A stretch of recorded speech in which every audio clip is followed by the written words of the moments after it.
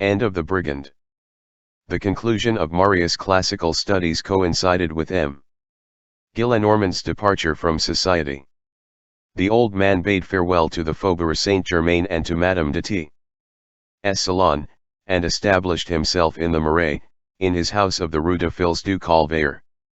There he had for servants, in addition to the porter, that chambermaid, Nicolette, who had succeeded to Magnon, and that short-breathed and pursy Basque, who have been mentioned above. In 1827, Marius had just attained his 17th year.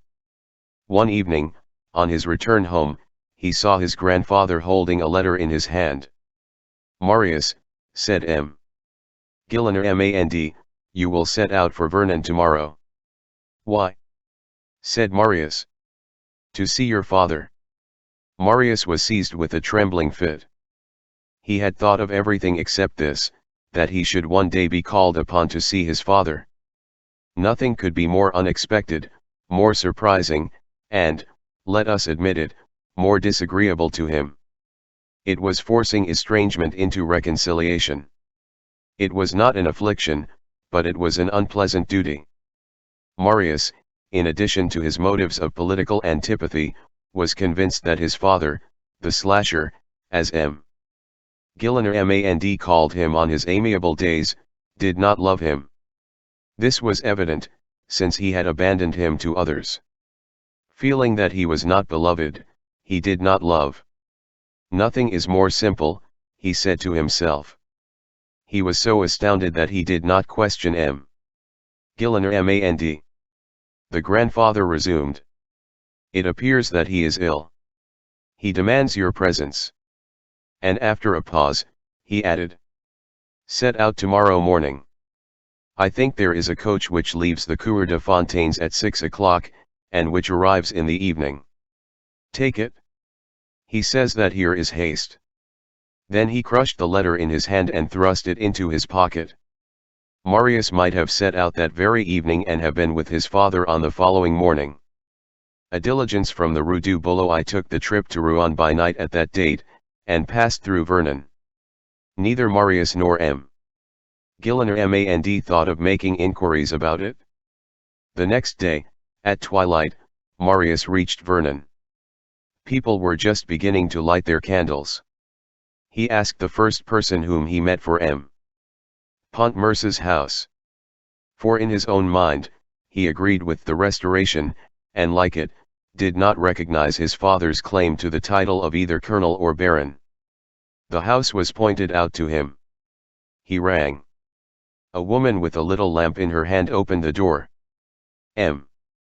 Pontmercy," said Marius. The woman remained motionless. "Is this his house?" demanded Marius. The woman nodded affirmatively. "Can I speak with him?" The woman shook her head. "But I am his son," persisted Marius. "He is expecting me." "He no longer expects you," said the woman. Then he perceived that she was weeping. She pointed to the door of a room on the ground floor. He entered.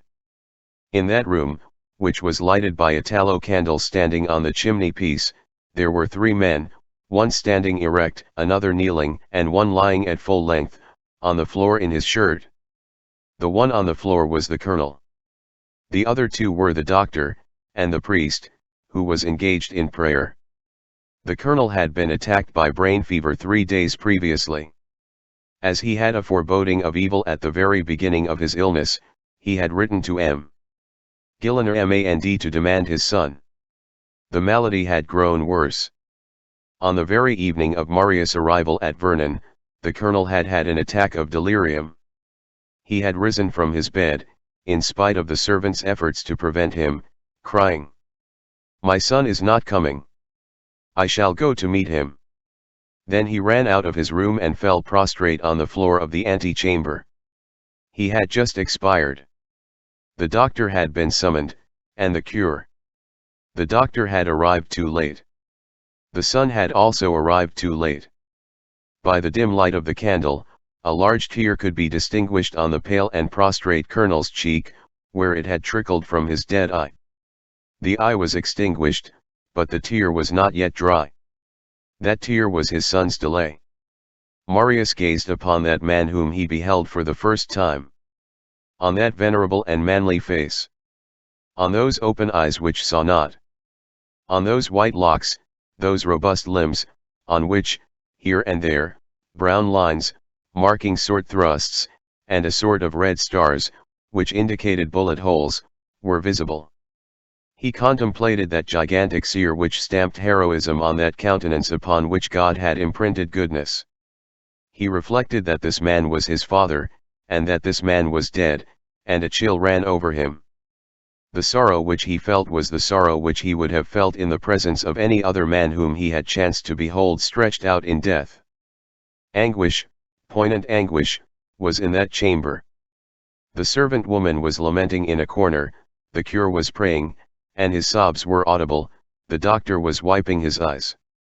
The corpse itself was weeping. The doctor, the priest, and the woman gazed at Marius in the midst of their affliction without uttering a word. He was the stranger there. Marius, who was far too little affected, felt ashamed and embarrassed at his own attitude. He held his hat in his hand.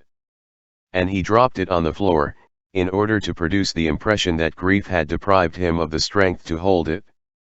At the same time, he experienced remorse, and he despised himself for behaving in this manner. But was it his fault? He did not love his father? Why should he? The colonel had left nothing. The sale of big furniture barely paid the expenses of his burial. The servant found a scrap of paper, which she handed to Marius. It contained the following, in the colonel's handwriting. For my son. The emperor made me a baron on the battlefield of Waterloo. Since the Restoration disputes my right to this title which I purchased with my blood, my son shall take it and bear it. That he will be worthy of it is a matter of course. Below, the colonel had added. At that same battle of Waterloo, a sergeant saved my life. The man's name was Thénardier. I think that he has recently been keeping a little inn, in a village in the neighborhood of Paris, at Chelles or Montfermeil. If my son meets him, he will do all the good he can to Thénardier. Marius took this paper and preserved it, not out of duty to his father, but because of that vague respect for death which is always imperious in the heart of man. Nothing remained of the colonel. M. Gillenormand had his sword and uniform sold to an old clothes dealer. The neighbors devastated the garden and pillaged the rare flowers. The other plants turned to nettles and weeds, and died. Marius remained only 48 hours at Vernon. After the interment he returned to Paris, and applied himself again to his law studies, with no more thought of his father than if the latter had never lived. In 2 days the colonel was buried, and in 3 forgotten. Marius wore crape on his hat. That was all. Chapter 5. The utility of going to Mass, in order to become a revolutionist. Marius had preserved the religious habits of his childhood. One Sunday, when he went to hear Mass at St. Sulpice, at that same chapel of the Virgin whither his aunt had led him when a small lad, he placed himself behind a pillar. Being more absent-minded and thoughtful than usual on that occasion, and knelt down, without paying any special heed, upon a chair of Utrecht velvet, on the back of which was inscribed this name: Monsieur Mabeuf, Warden. Mass had hardly begun when an old man presented himself and said to Marius, "This is my place, sir." Marius stepped aside promptly, and the old man took possession of his chair. The Mass concluded, Marius still stood thoughtfully a few paces distant. The old man approached him again and said, "I beg your pardon, sir, for having disturbed you a while ago, and for again disturbing you at this moment. You must have thought me intrusive, and I will explain myself." "There is no need of that, sir," said Marius. "Yes," went on the old man, "I do not wish you to have a bad opinion of me. You see, I am attached to this place. It seems to me that the Mass is better from here." "Why?" "I will tell you. It is from this place that I have watched a poor brave father come regularly. Every 2 or 3 months, for the last 10 years, since he had no other opportunity and no other way of seeing his child, because he was prevented by family arrangements. He came at the hour when he knew that his son would be brought to Mass. The little one never suspected that his father was there. Perhaps he did not even know that he had a father, poor innocent. The father kept behind a pillar, so that he might not be seen. He gazed at his child and he wept. He adored that little fellow, poor man. I could see that. This spot has become sanctified in my sight, and I have contracted a habit of coming hither to listen to the Mass. I prefer it to the stall to which I have a right, in my capacity of warden. I knew that unhappy gentleman a little, too. He had a father-in-law, a wealthy aunt, relatives, I don't know exactly what all, who threatened to disinherit the child if he, the father, saw him. He sacrificed himself in order that his son might be rich and happy some day. He was separated from him because of political opinions. Certainly, I approve of political opinions, but there are people who do not know where to stop. Mon Dieu! A man is not a monster because he was at Waterloo. A father is not separated from his child for such a reason as that. He was one of Bonaparte's colonels. He is dead, I believe. He lived at Vernon, where I have a brother who is a curé, and his name was something like Pontmarie or Montpercy. He had a fine sword cut, on my honor. Pontmercy, suggested Marius, turning pale. Precisely, Pontmercy. Did you know him?